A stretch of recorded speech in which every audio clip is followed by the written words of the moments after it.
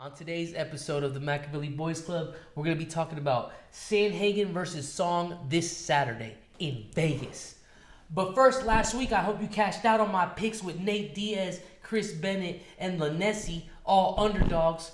Bookkeepers are tripping last week for putting Nate Diaz as a plus money underdog. I hope everybody cashed out on an easy win against Tony Ferguson. That was my best pick last week. That's the easiest money I've ever made in my life.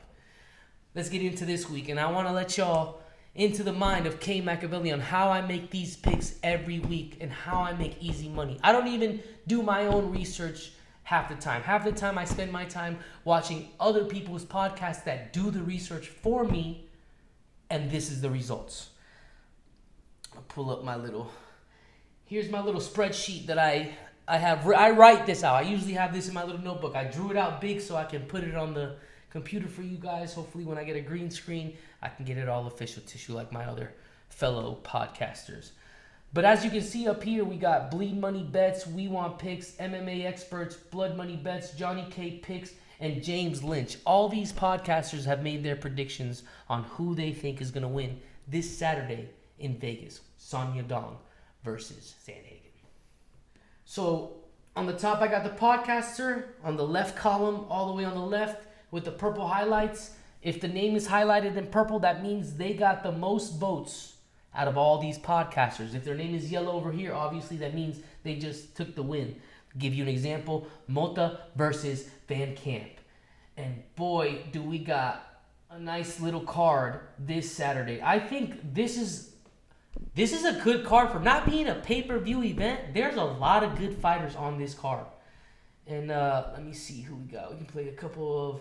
Here is Van Camp and Mota's highlights. If you've never seen them fighting before, Mota got hands. Mota, I like the way Mota moves. I was watching some of his highlights. He's got good... I think he got knocked out his last fight, but so did Van Camp over here. He got knocked out. I like Nicholas Mota. I like his style better. From what I've seen, I liked his style better.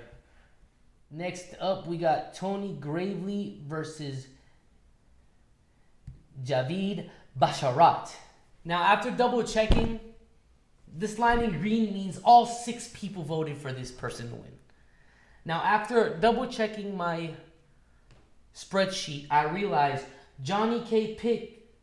actually picked Gravely to win, and so did Jacob from We Want Picks on the podcast he listened to today. So Basharat actually does not go in as lock of the night because the other 7 people on here were voted 6 times to win by these podcasters. Javid Basharat, he's got a brother who just fought last week, I think, or he was just in the Dana White Contender Series. I think he's also undefeated. I was actually telling my boy, what if the UFC is planning to do like some warrior-like movie with who is this guy's name? Oh man, Venom. What's his name? Tom Hardy. The Tom Hardy movie where he comes back from the army, gets into fighting, and has to end up fighting his brother. What if we end up in a tricky situation in bantamweight where Javid is fighting his brother for a top 10 spot? That would be crazy. Would you want to fight your brother if you were in MMA to take a top 10 spot? Not saying it will happen, but what if would be kind of cool. But everybody, it's basically a 7-1 vote on Javid versus Tony Gravely. I still personally will be putting Javid because I like Javid in my lineups. Next up, we got Agapova versus Robertson. The one person, MMA expert, did vote for Agapova, which technically did not make it a lock for me, so I will not include her in my 7-fight parlay bet that I'll be putting in. Robertson, who, while looking at her, I'm not going to lie, I thought, just by off the picture, I thought she was Lauren Murphy. I was like, didn't this girl just retire? And no disrespect to Lauren Murphy, Jillian Robertson and Maria Agapova is a whack fight. I would stay away from it. I watched both of them. Their highlight reels are just boring to watch. Like, whatever, I can watch the highlights and basically tell that these two is going to be a boring fight. Agapova basically has done nothing in the last two fights, and Robertson coming off a loss off her last fight, looking for a dub. Both of these girls are looking for a dub. Honestly, compared to the other women in the division, I just feel like these two are trash. Who are these two going to fight after this? You know what I mean? Next, we got Trey Ogden versus Daniel Zellhuber. Now, again, these aren't my votes. I have no bias to these people. My bias comes after I hear 6 people talking crap about these fighters, as if any of us would get in the ring with one of them. Which I might get in a ring with a couple of them, but not a lot of them. A lot of them I wouldn't, some I would. But Daniel Zellhuber is coming with a lot of hype. Like, a lot of hype. Everybody, I think he's one of the locks. Yep. I need a bell. Ding, ding, ding, ding, ding. Daniel Zellhuber, lock of the night. Everybody had nothing but great things to say about Zellhuber, saying that he's going to knock Ogden out, that this is not a competition for him. A lot of hype behind Zellhuber if you've watched all these podcasts. So, putting him on my 1 of 7 parlay hit list for this Saturday. Next up, we got Denise Gomes versus Loma Lookboonmee. Lookboonmee was another lock of the night. Nobody had nice things to say about Denise Gomez, who is 6-1 fighting a 6-3. Denise Gomez's debut. I hear she's coming in on short notice. Who knows? Now, Lookboonmee coming in from Thailand. I saw her with a Tiger Muay Thai outfit on. I don't know if she trains there or has trained there. I just feel like anybody who comes out of Tiger Muay Thai is an absolute savage. So, even though my girl over here, Denise Gomez, is a Brazilian, and you know Brazilians got them fighting hands, they got the grappling, but I'm going to have to go with Lookboonmee because everybody else said Lookboonmee. She got clear across the board. So that's the second technical lock of the night. But I personally think between Basharat, Zellhuber, and Lookboonmee, if you want to put those 3 in a parlay, that's an easy money. What's the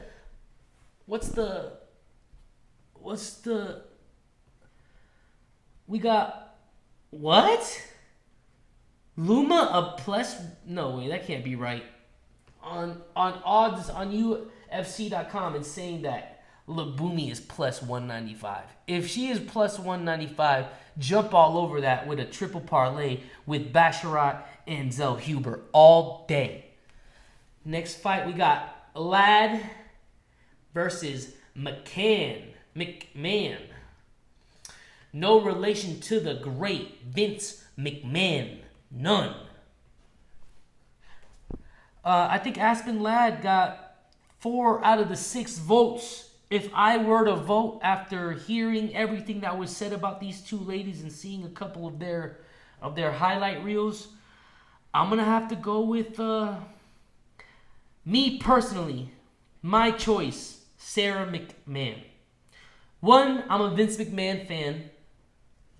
Even though they have no relationship, I'm just choosing it off of the name. But in all honesty, look who she's fought. Let me see who she's fought. Who are her losses?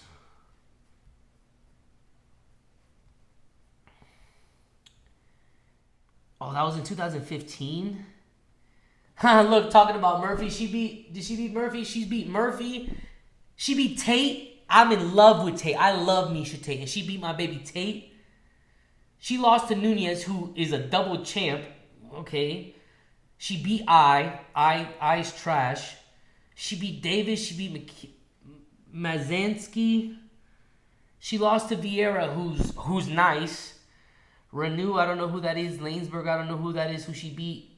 She lost to Pena. She beat Rosa, and now she's fighting man. So just off of who she's fought, I have to go with McMahon just because she's fought some real absolute savages in the bantamweight. We were talking about the other fight. See, asking like this is a great fight. This is, to me, is a good fight. I don't care what all the other people said. The fact that it's 4-3 vote wise, it's a good close fight. Stay away from it bet wise, just because it is a close fight. You don't put a bet on fights that are close. But my pick, Sarah McMahon. Oh, I think we got another lock of the night because nobody had nice things to say about your boy Lewis, man. Look, this isn't me that says these things. I'm just the information coming at you from these 6 people, from what they've said, from the information I've gathered. Everybody said Giles is going to walk Lewis. Everybody talked about, yes, Lewis has power, blah, blah, blah, but apparently, Trevin Giles is supposed to win this fight super easy. So that's the pick. That's a lot. We got now. That's the 3rd or 4th lock with Basharat, Zellhuber, Lukbumi, and Giles. Trevin Giles. That's a 4-fight parlay. If you want to sprinkle some money on a 4-fight parlay and win some money, let me win you some money. That's 4-fight parlay. Easy money. Easy, deasy, breezy money. Damon Jackson versus Pat Sabatini. Now, I think Sabatini was another one. Yeah, lock of the night. This is 1, 2, 3, 4, 5 locks of the night. Sabatini being the 5th. I've never seen Sabatini fight. I might have seen him fight once. I do like Jackson, though. One thing about Jackson, don't count this is the scariest lock of the night to me. Because I know how Jackson fights. I know his grappling. I know he can get into those deeper rounds and really put the pace. He can keep the pace up. He can keep the good cardio. And he can put you in a quick submission out of nowhere. Get that quick.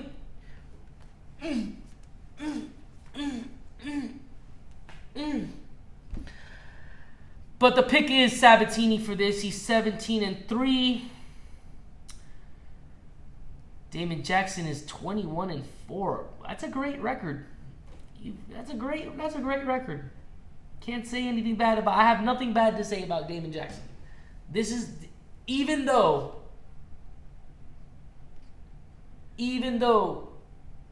between these 6 podcasters, it was said that Sabatini is a lock. I wouldn't mind sprinkling some money on a Jackson submission in a parlay. Separate parlay, not the main parlay, separate parlay. Just because you never know with these grapplers. Who's next on the list? Who we got? I think I'm missing someone. No. Prelims. Oh, he's on the... Yeah, I am missing someone. Oh, got all the... That's all the prelims. So with the prelims alone, look, let me put you in on some betting strategy, okay? Prelims, you got 1, 2, 3, 4, 5, 6, 7, 8. You got 8 prelims. There's 8. That's 4 parlays and 4 parlays. That's 2 4 parlay cards, 1 8 parlay cards, or 3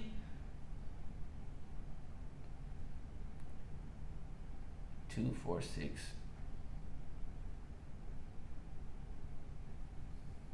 8, 2, 4, 6, 8.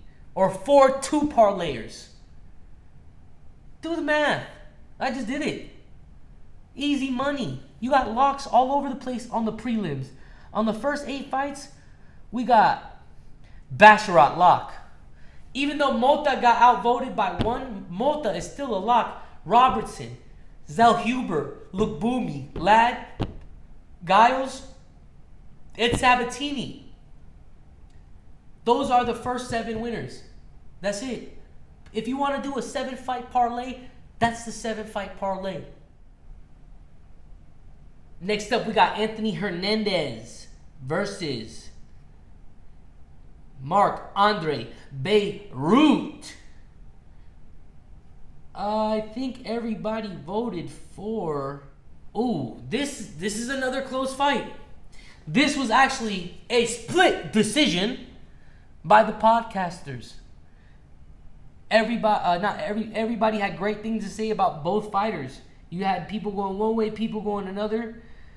After watching the tapes, if I'm breaking the 3-on-3 tie, I have to go with Marc-Andre Beirut.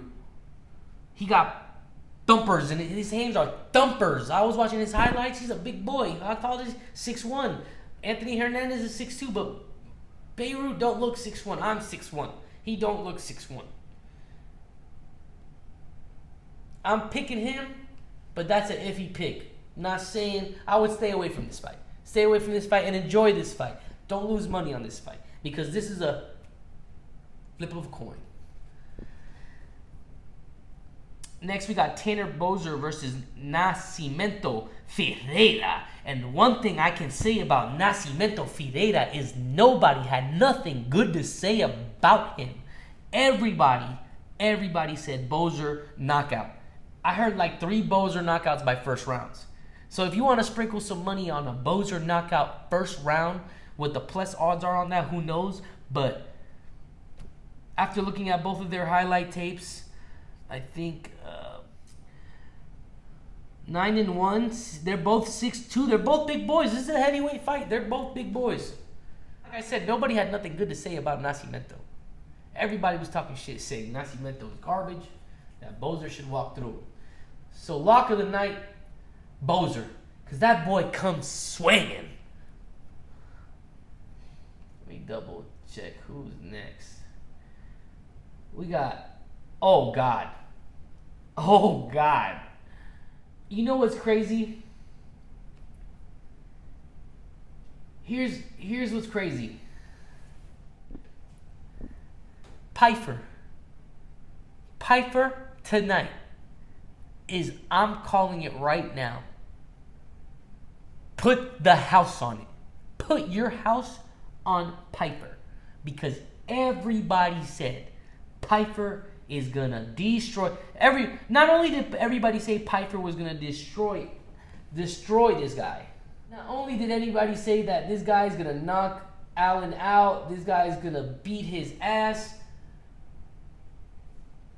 Opposed to what they were saying about Joe Pyfer, everybody literally said Allen Amdovosky is garbage.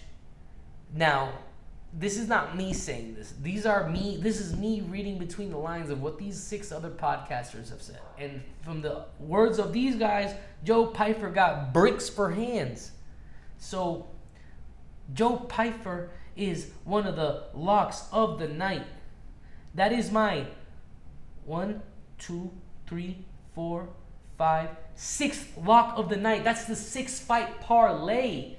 Put these 6 names in whatever betting program you use, whether it be stake, whether it be Bovada, whether it be a sports book, whether it be in person and cash. Put those 7 names on a list tonight before the odds change and cash out Saturday. Big money bet. Next up on the scale, we got Andre Filihi versus Bill Algeo. And Bill Algeo is another person that everybody was talking crap about. Where is Bill? Well, we got 1, 2, 3, 4 votes for Fili, 2 votes for Algeo. And the 2 votes for Algeo come from Johnny K Picks and Bleed MMA. So it's 4-2. I don't have to choose between because not everybody, the majority rules in the favor for Fili. So I'm going to take Fili on this one. Why? Because these 6 other guys said so. Next fight on the list is the co-main Chidi Nujukani versus Gregory Rodriguez. And now, I think only one person voted for Gregory, for G-Rod. Yep, and the one person was Blood Money Bets. Blood Money Bets was betting on is betting on a lot of underdogs, a lot of them. He's trying to cash out. I see you, my boy. But a lot of votes came in for Cheaty with the win. Cheaty. Nujukani is 5-1 votes. If you watch these six people, out of 6 of them, 5 of them said Cheaty, Nujukani with the dub. Now, don't get me wrong. This is a side bet. I have a little side bet going on. I don't know about y'all, but I put way more than one card in the bet. On one of my 4-fight parlays, I'm definitely going to sprinkle a Gregory Rodriguez by submission because you never know. You always want to sprinkle a little just in case. For not just an underdog, make the money worth it. How do you think the underdog is going to win? I think the underdog is going to win by submission in this one. Gregory Rodriguez by submission on a side bet, but for the votes, Nujukani, a.k.a. Cheaty, for the win. Both of these guys are animals, man. Both of these guys are dogs. Don't get me wrong. I want to stay away from this one. Now, for the main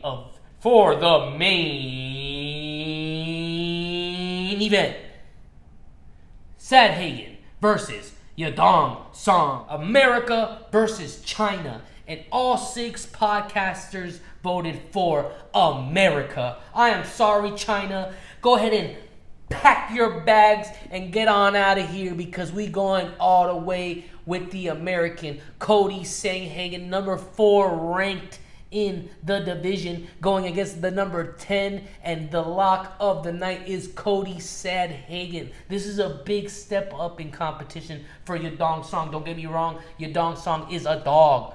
But here in Las Vegas, in America, we vote for the Americans. And with my final pick of the night on my 7-fight parlay, and that's going to go Sandhagen parlay, Bozer parlay, Sabatini parlay, Giles parlay, Piper parlay.